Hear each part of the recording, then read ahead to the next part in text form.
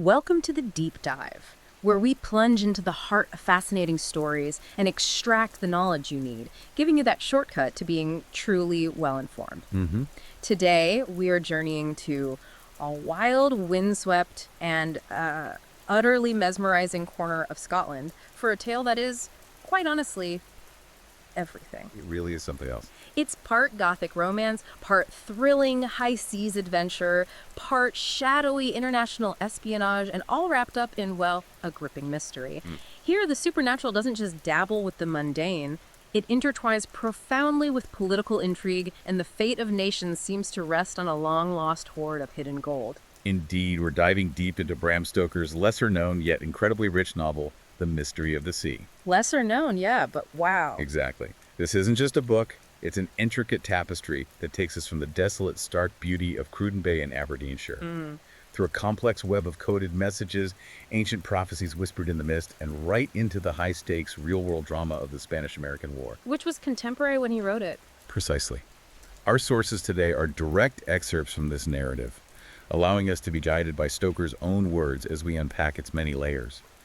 What we'll uncover is how deeply personal lives, individual loves, and loyalties can become irrevocably caught in the sweeping currents of history and, the relentless pull of the mystical. Our mission today is to follow the compelling, often terrifying journey of Archibald Hunter, a man of reason thrown into a world of the inexplicable. Yeah, quite the predicament.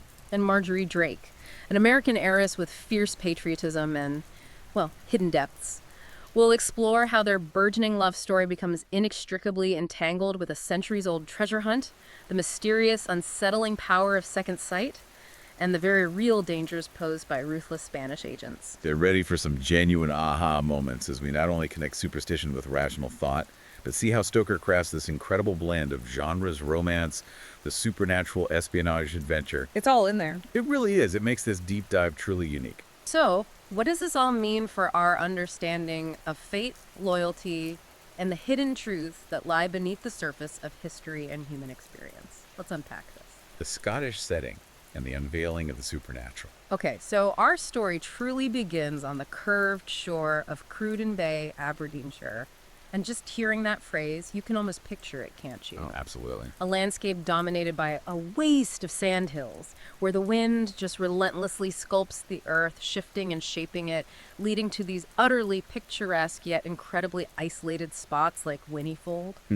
And then there are the treacherous Scares rocks, like jagged teeth waiting just beneath the water. You can almost feel the wild beauty, the fierce tides, the profound isolation. Right. It's breathtakingly beautiful, but also, a little bit unnerving. Definitely unnerving. Perfect for the mysteries to come. You've hit on something crucial there. This landscape isn't merely a picturesque backdrop. It's a character in its own right. Yeah. A living, breathing entity that sets a distinctly gothic and deeply mysterious tone right from the outset. Stoker's descriptions of the reefs of sunken rock and the rush of the current, they aren't just details. No. They immediately hint at this omnipresent danger, at forces beyond human control, and at the overwhelming, almost sentient power of the sea itself. The mystery of the sea. The title says it all. Exactly. The sea becomes this central, almost conscious force, subtly shaping events, pulling characters into its depths. It tells you instantly this is a place where nature holds sway, and secrets, both ancient and new, can easily be swallowed by the waves. Only to resurface. Precisely, when least expected. And it's into this captivating, almost primordial setting that our protagonist, Archibald Hunter, stumbles into something truly unsettling. He's a self-described dilettante, a man of comfortable fortune, rational mind, certainly not looking for trouble. Right, not seeking enlightenment or anything. No. Yet, he finds himself initiated into this world beyond the rationale when he experiences a sudden, vivid vision. A vision of a drowned child's parents. He sees a gaunt woman with a look of triumph on her face. Chilling. Just a chilling image. And it's not something he sought out. It's intensely personal, almost intrusive. It sparks his journey into the unknown, ripping him out of his comfortable life. What's genuinely fascinating here is the immediate, almost involuntary nature of his vision. Yeah, involuntary is the word. This isn't a cultivated skill. It's an innate ability that is suddenly jarringly awakened within him, hinting at a connection to a deeper, unseen reality that he, as a rational man of his era, likely never considered possible. Right, late Victorian era. Spiritualism was around, but for a rational man like him. Exactly. Stoker uses this moment to show Archibald confronting the limits of his own scientific worldview. This is the very first ripple in what becomes the much larger mystery of the sea, pulling him into this world of ancient lore, hidden truths. Challenging everything he thought he knew. It forces him to question the very nature of reality. This inexplicable vision then leads Archibald to a truly pivotal and frankly pretty unsettling encounter with a woman named Gurmala. Ah, Gormala. She's a figure who seems to embody the very spirit of this desolate coastline, almost like a spirit of the place. He finds her on a lonely shore, and she seems to possess this uncanny ability to know his thoughts without a word spoken. It's quite spooky. Her question to him is chilling, a direct challenge. Hey, laddie, do ye know ken that ye hang that can see? Do ye know understand that ye hang that can speak?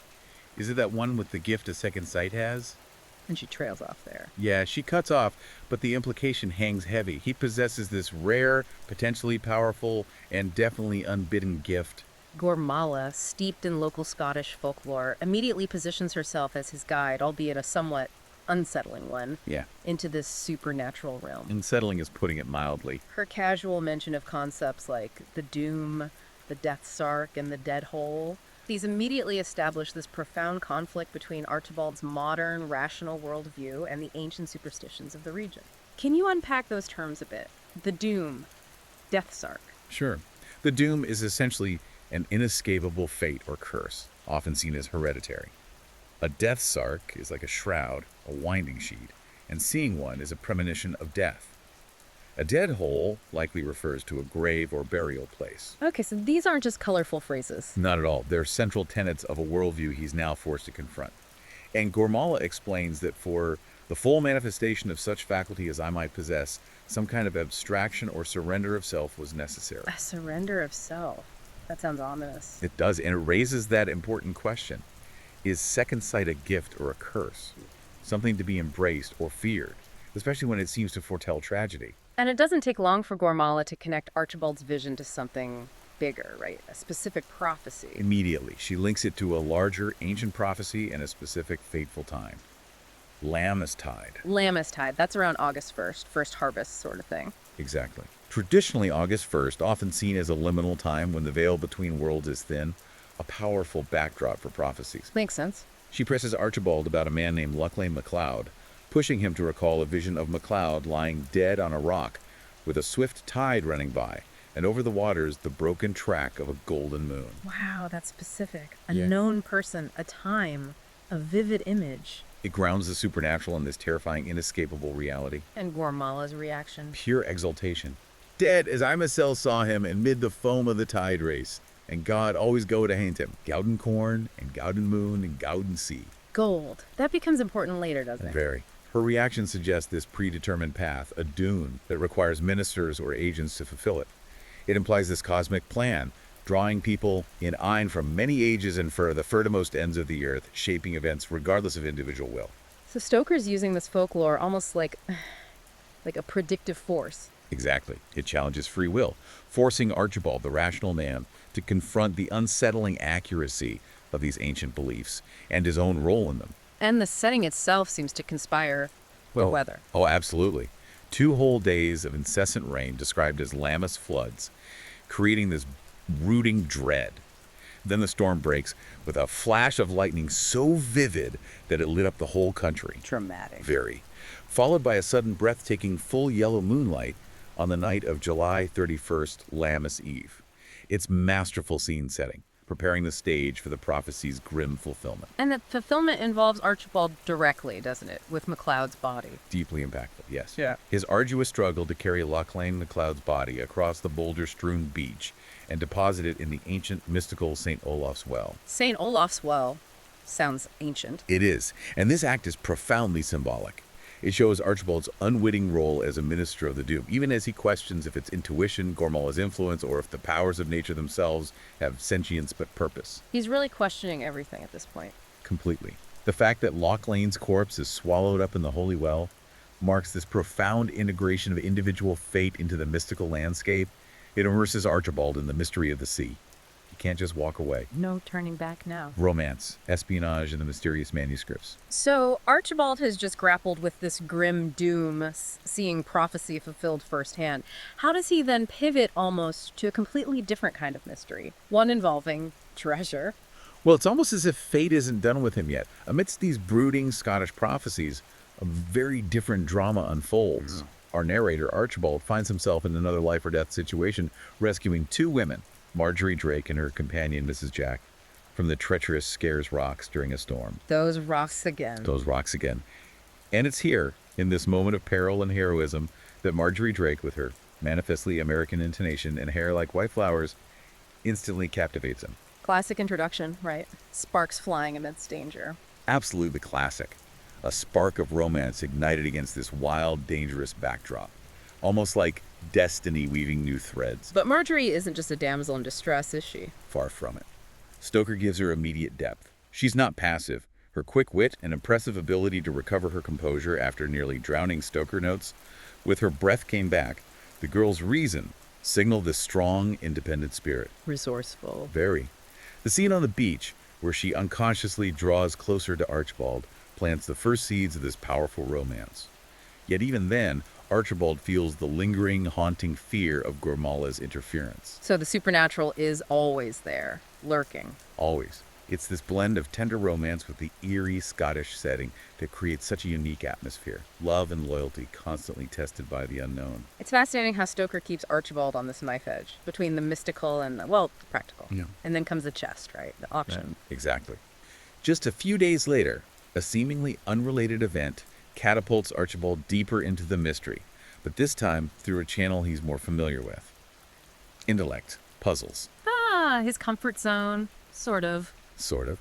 He attends an auction, driven by this almost inexplicable impulse, buys an oak chest containing old papers, including what the auctioneer mistakenly calls love letters. Not quite love letter. Not quite.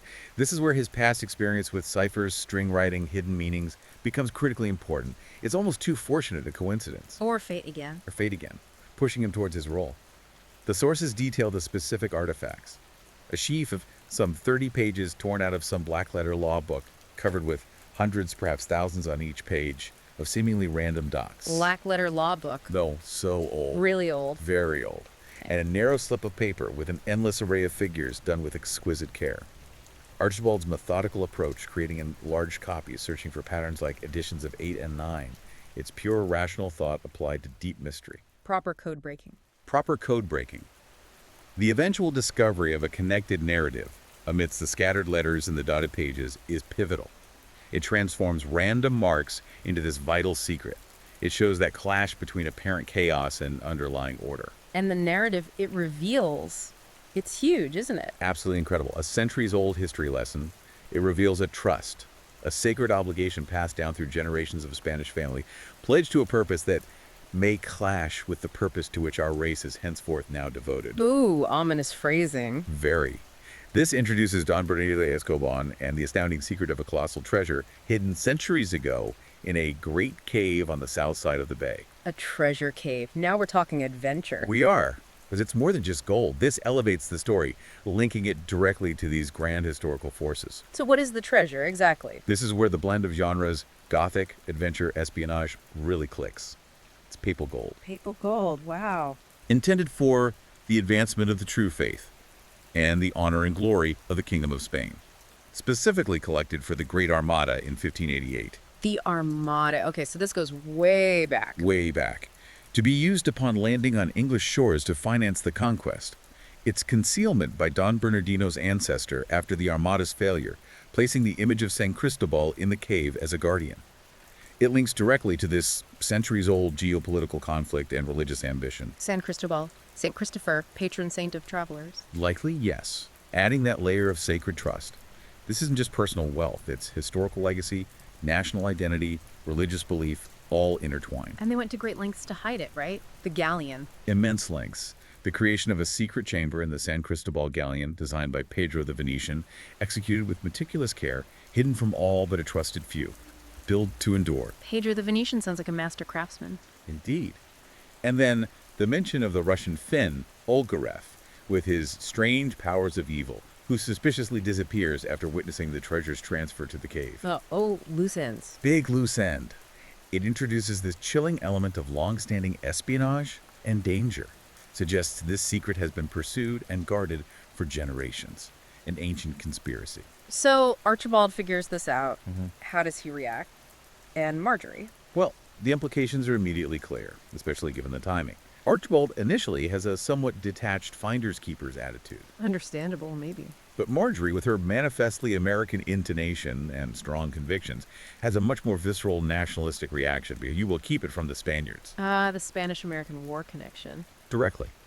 This connects the Armada context to the contemporary Spanish-American War, ongoing when the novel was published in 1902. Marjorie, as an American, sees Spain as an active, oppressive adversary.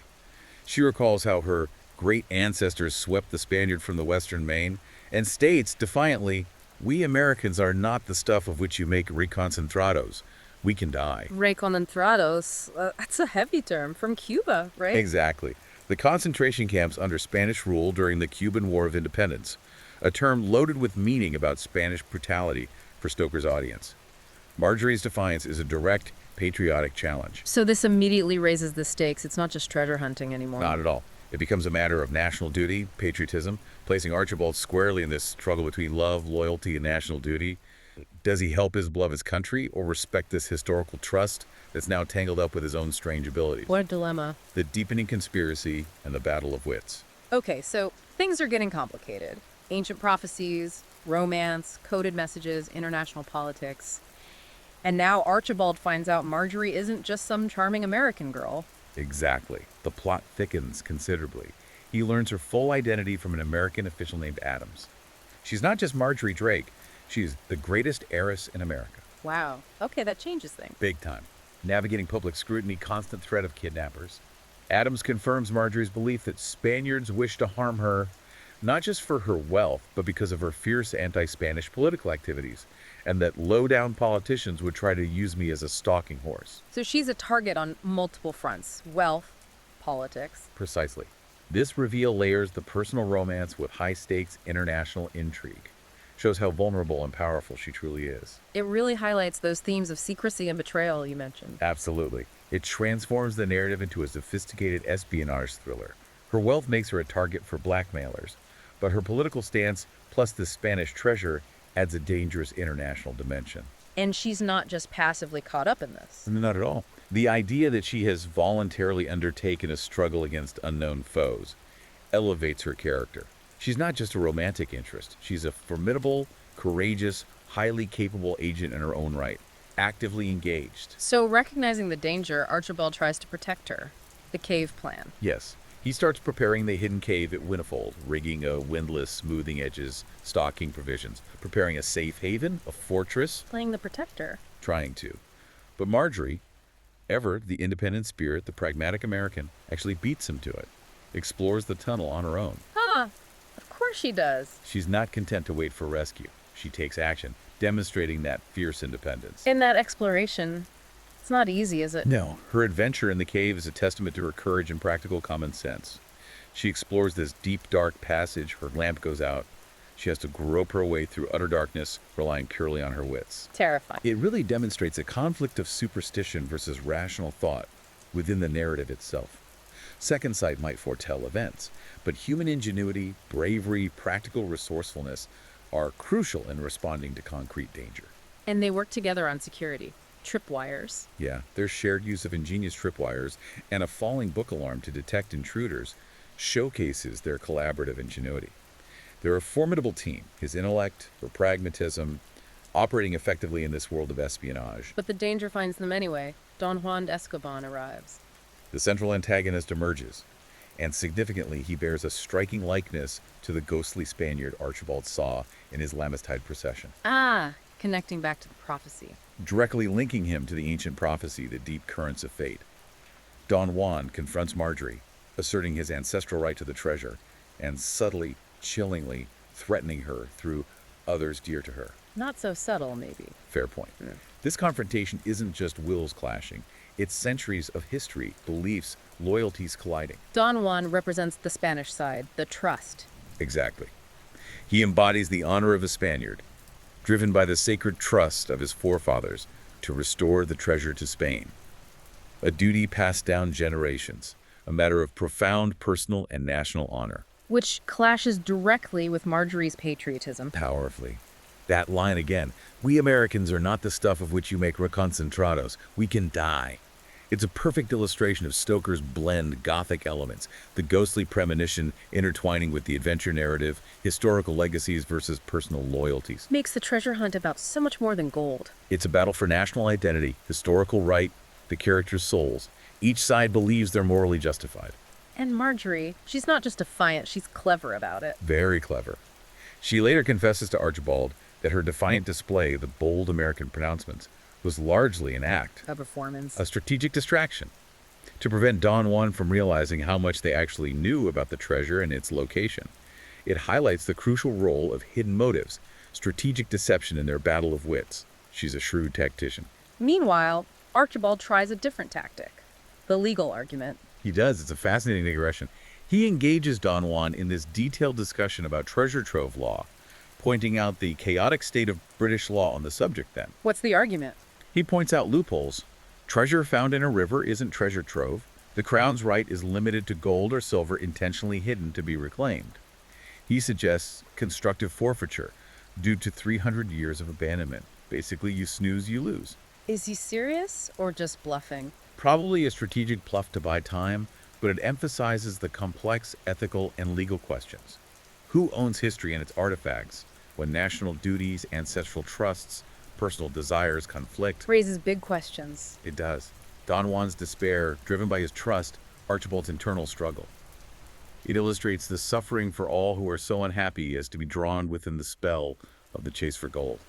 It's a crucible for their souls. The climax, abduction, rescue, and the fulfillment of prophecy. Okay, the tension has been building. Legal arguments, hidden caves. But then things take a really dark turn, right? Marjorie is abducted. Yes, the stakes escalate dramatically, terrifyingly real. Her disappearance from Crom Castle, Mrs. Jack's frantic discovery, her bed had not been slept in. It sets off this urgent search, plunging Archibald into an agonizing race against time. Every second counts. Absolutely. And the surprising reaction comes from Don Bernardino, Don Juan's aged uncle.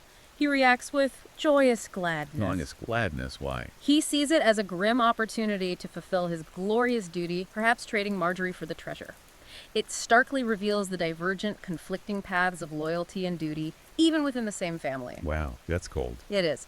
But even in captivity, Marjorie's brilliance shines through. The decoded cipher message from her incredibly clever biliteral symbol footmarks. Sweet. Footmarks. She left coded messages with her feet. Literally, using a binary system in how she walked. It's brilliant. That's amazing. What did it say?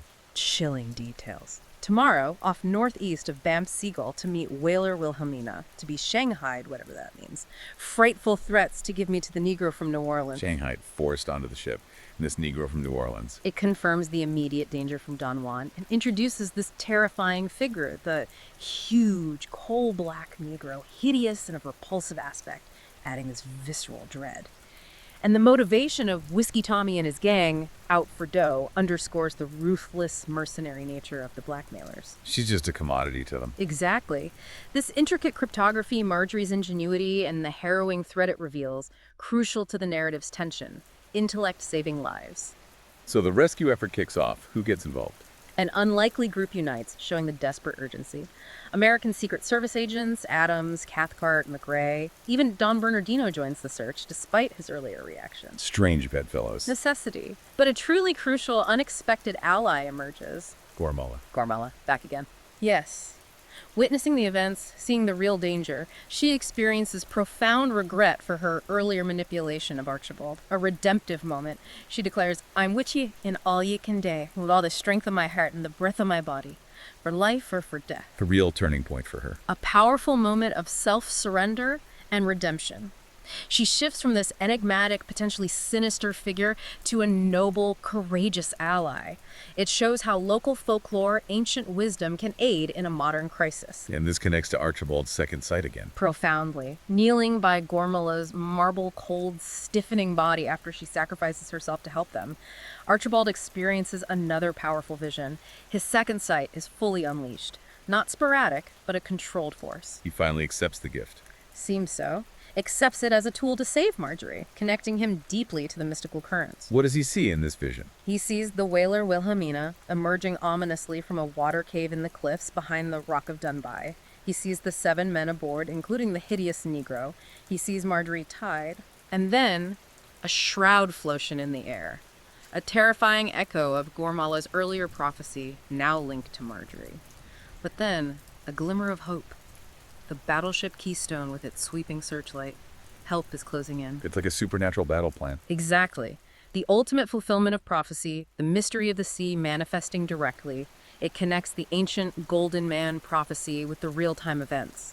Supernatural foresight meets immediate danger. In Archibald's reaction, His visceral anguish of my soul for Marjorie tore my true spirit out of its phantom existence back to stern working life. It emphasizes the raw emotion, the loyalty driving him. He transcends his dilettante past, embraces his destiny. fusion of supernatural and adventure narrative at fever pitch. Absolutely. So armed with the vision and Don Bernardino's dagger. Another symbol of intertwined destinies, yes. Archibald, Don Bernardino, and a young American naval officer launched this daring rescue. He swims through the frigid seawater, the darkness, boards the whaler And confronts the captor. directly. Kills the black man in a moment of primal rage, something he admits with stark self-awareness. Never before did I understand the pleasure of killing a man. Wow. That's a transformation for him. Profound, shows the depths of his love, desperation. And the rescue itself is chaotic. The sea plays a role. Hugely. The adventure narrative peaks. As the rescue unfolds, the whaler's hawser had parted, and we were drifting before wind and tide, throwing them into the overwhelming power of the sea. Helpless against the elements. Exactly. The relentless pursuit by the battleship Keystone and the yacht Seagull against the backdrop of a roaring, fog-shrouded sea. It's an epic cinematic climax. And the final confrontation. On the deck, Archibald, Marjorie, Don Bernardino face down their enemies amidst the chaos. It culminates in them leaping from the doomed ship as it crashes violently onto the deadly Scares. Those scares. Back where they met. Full circle. Full circle, highlighting that fierce struggle. Love, loyalty, national duty, all colliding right there. What happens in the aftermath? Does everyone make it? Well, the destructive power of the sea asserts its ultimate dominance. The Wilhelmina is utterly shipwrecked. Its crew, the blackmailers, swallowed in the sea, bodies washing ashore terribly mangled. Brutal. And Don Bernardino? The most poignant discovery. His body, found washed up on shore behind the Lord Nelson Rock, just opposite where had been the opening to the cave. His hands still clutching the sacred figure of San Cristobal. Clutching the symbol of his trust to the end. Tragic. Incredibly tragic. His death signifies the definitive end of that centuries-old legacy, the duty that consumed his family. And the treasure. The papal gold. Now likely scattered by the unforgiving sea, beyond the grasp of either side Spain or America, the shipwrecks and the power of the sea ultimately claim both the villains and the earnest guardian of the gold. So no one really wins the treasure. No, the complex struggle between love, loyalty, and national duty is resolved not by human victory, but by fate, the elements. It highlights the futility of human ambition against nature, the past. The mystery of the sea holds the final, unknowable truth. What an extraordinary deep dive. Seriously. We've seen how Bram Stoker masterfully weaves together the haunting beauty of Cruden Bay, the ancient, unsettling power of second sight and local folklore, a thrilling treasure hunt rooted in the historical reality of the Spanish Armada, and a passionate romance blossoming amidst the intense political turmoil and shadowy espionage of the Spanish-American War. And the power of the sea, just an undeniable, almost sentient force throughout, claiming secrets, shaping destinies, taking lives. It truly demonstrates how deeply intertwined personal destinies can be with grand historical forces and mystical currents. That blend of gothic, adventure, espionage, it's seamless. It really is. It challenges us to consider the enduring power of fate and prophecy, even as individuals like Archibald and Marjorie make these fierce, independent choices driven by love, patriotism, loyalty, that constant conflict. Superstition versus rational thought. And the treasure, ultimately reclaimed by the sea, powerfully underscores the futility of human ambition against nature in the past. And it just relentlessly emphasizes that exploration of secrecy, betrayal, hidden motives that permeated their whole journey. So as you reflect on this incredible journey into the mystery of the sea, how do you reconcile the seemingly predetermined path of prophecy, the overwhelming power of fate, with the fierce choices and courageous actions made by individuals in the face of that destiny. It's a tough one, isn't it? It really is. And in a world, both Stoker's and our own, filled with hidden motives, coded messages, layers of historical truth, what vital truths do we risk missing when we don't look closely enough, or when we dismiss the mysterious as merely superstition? A lot to think about there. Definitely. It's a question that lingers long after the last page.